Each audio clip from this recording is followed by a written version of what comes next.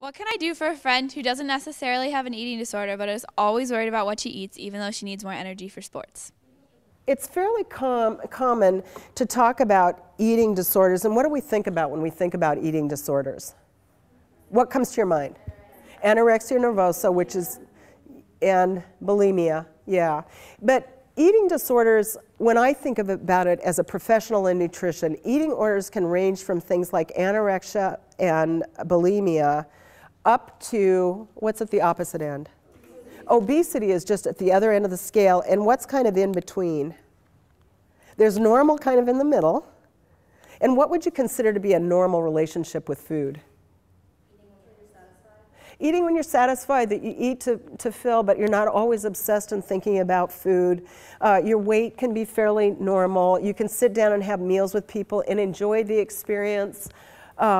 You're not obsessed with food all the time, those kinds of things. But you can have patterns in between that are a little bit weird, like maybe some ritualistic approaches to eating where you just can't eat certain things, or I just can't sit down to that meal, or I skip a lot of meals, those kinds of things. So whereas we tend to think about the good and bad of eating disorders, I think what we really need to be thinking about is we can be anywhere just about. Very few people are absolutely normal with relationship to food, and especially in a country like this that has pushed dieting so much for so many years, because just dieting itself kind of develops disordered eating over time, because you become more and more obsessed with food when you quit dieting.